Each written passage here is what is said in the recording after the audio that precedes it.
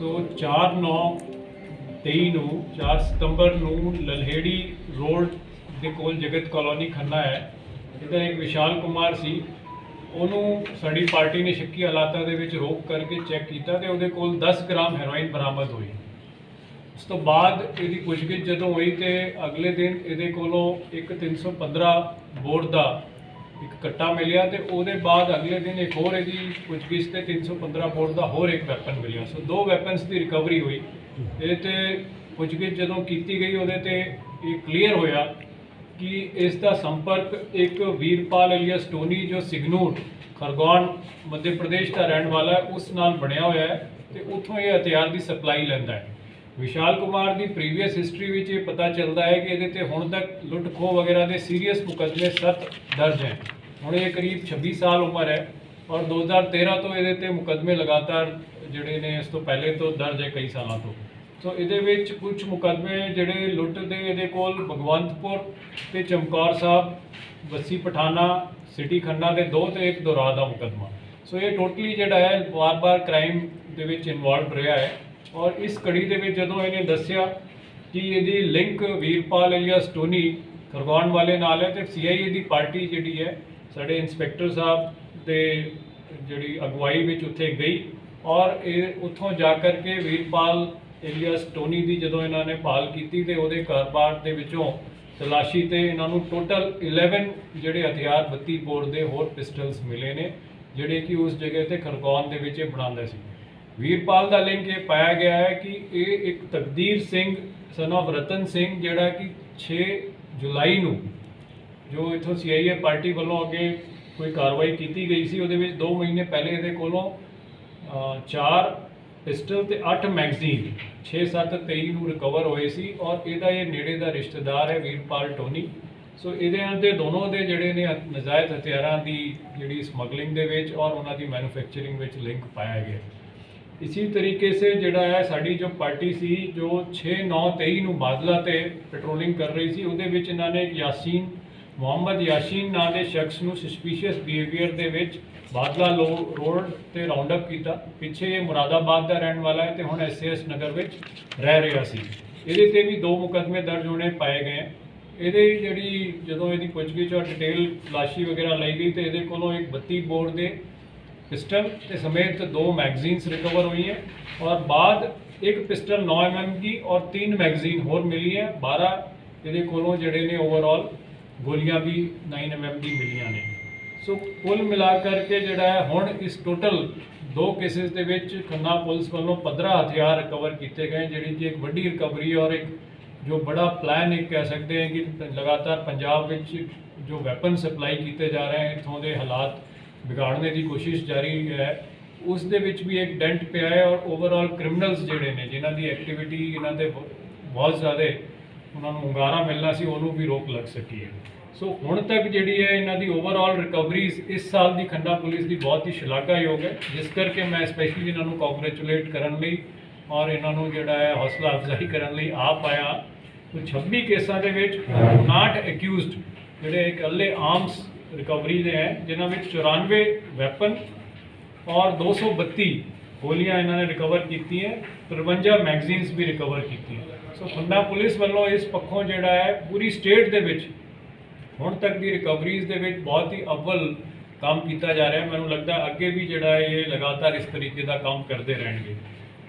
Honourable CM साहब श्री भगवंत मान जी और DGP श्री गौरव यादव जी वालों पिछले 2 हफ्तियां तो एक स्पैशल कैंपेन ड्रग्स के अगेंस्ट लॉन्च किया गया है और उस कैंपेन की कड़ी विच भी खन्ना पुलिस वालों बहुत चंगी कारगुजारी हुण तक दिखाई गई है। इन्हां वालों 245 के करीब पब्लिक मीटिंग्स जो है हाले तक ऑलरेडी ड्रग्स दे लई अवेयर करन लई पब्लिक का सहयोग लैण लई और जिहड़ी जो भी कमेटीज़ हैं उन्होंने कायम करन दे लई कर लई गई हैं और इहदे विच कुल मिलाकर से 198 पिंड ते 62 वार्ड इन्हों वालों कवर किए गए और हुण तक जिहड़ा है बहुत चंगा इन्हों पब्लिक के वालों रिस्पॉन्स मिल रहा है। इन्हों वालों एक हेल्पलाइन नंबर भी कंट्रोल रूम तो जारी किया गया है उहदे ते भी लगातार पब्लिक अगे वध करके इतला दे रही है।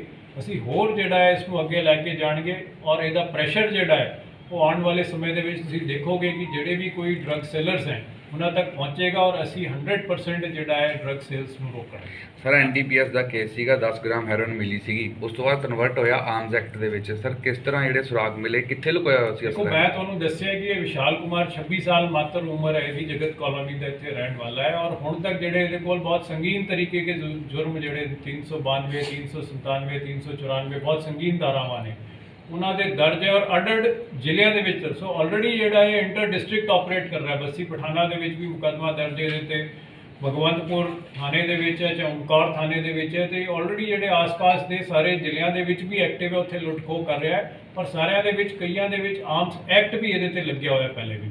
ਸੋ ਇਹ ਇੱਕ ਤਰੀਕੇ ਸੇ ਇਸਨੇ ਜਿਹੜਾ ਹੈ ਆਪਣੇ ਕ੍ਰਾਈਮ ਨੂੰ ਮੇਨ ਪੇਸ਼ਾ ਬਣਾ ਰੱਖਿਆ ਹੈ।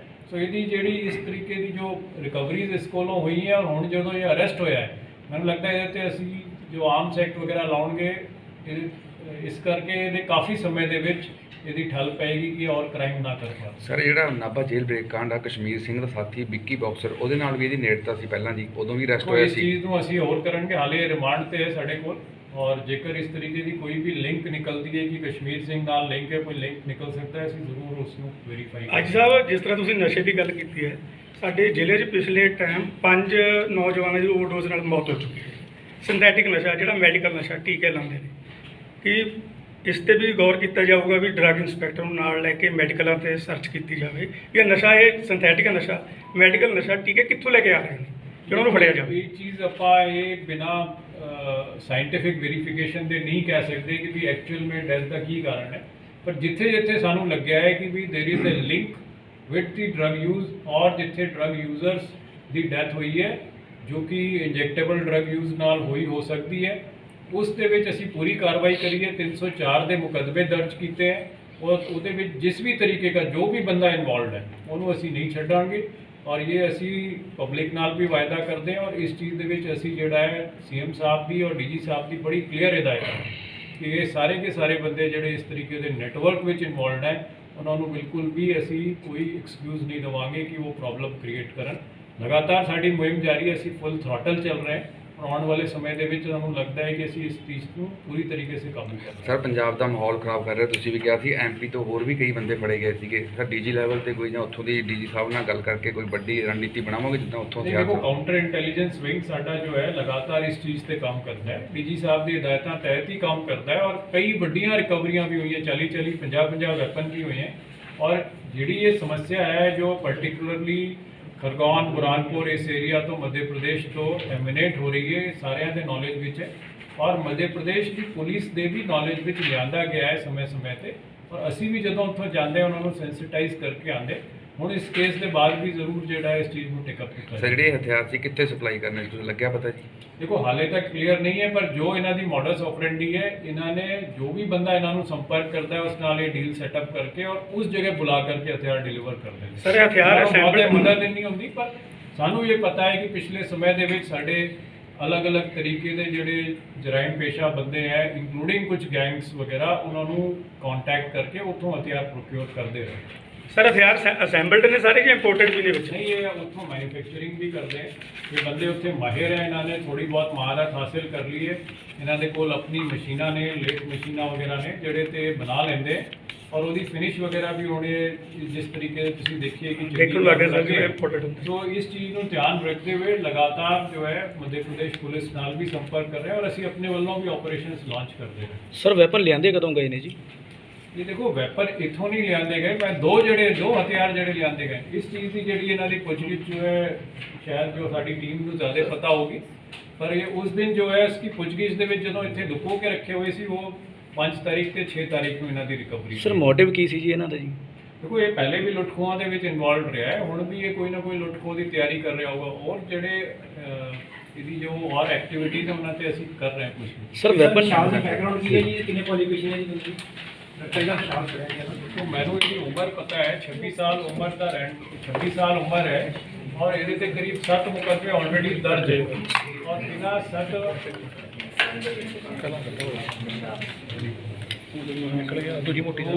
एक जोड़ा है 379 411 का 184 नंबर केस ये 2016 के दर्ज है सिटी खन्ना का। इसी तरीके से 319 नंबर भी उसी साल का जोड़ा है 452 लड़ाई झगड़े का केस दर्ज है।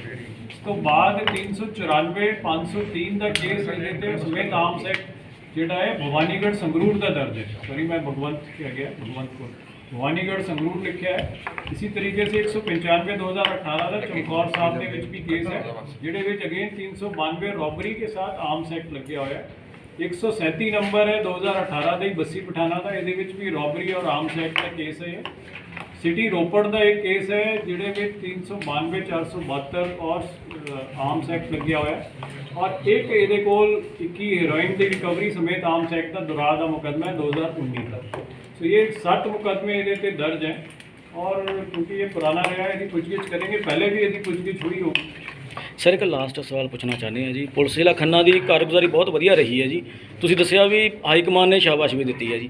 ਸਰ ਕਿਵੇਂ ਸ਼ਾਬਾਸ਼ ਦਿੱਤੀ ਗਈ ਹੈ ਜੀ? देखो इन्होंने काफ़ी ज़्यादा रिवार्ड्स मिले हैं ऑलरेडी ਜਿਹੜੇ ਨੇ ਇਹਨਾਂ ਦੀ ਟੀम्स ਨੂੰ ਆਊਟ ਆਫ ਟਰਨ ਜਿਹੜੇ ਪ੍ਰੋਮੋਸ਼ਨਸ ਮਿਲੇ हैं, इन्होंने डिस्क भी मिली है। पिछली बार डीजी साहब भी आए थे, कैश रिवार्ड्स भी दिए गए। सो हौसला अफजाई ਅਸੀਂ ਕਰਦੇ ਰਹਿੰਦੇ हैं और टीम का मनोबल बना रहे इस चीज़ पे पूरा ध्यान रखते हैं। ਸਰ ਬਹੁਤ ਮਿਹਰਬਾਨੀ, ਜੈ ਹਿੰਦ।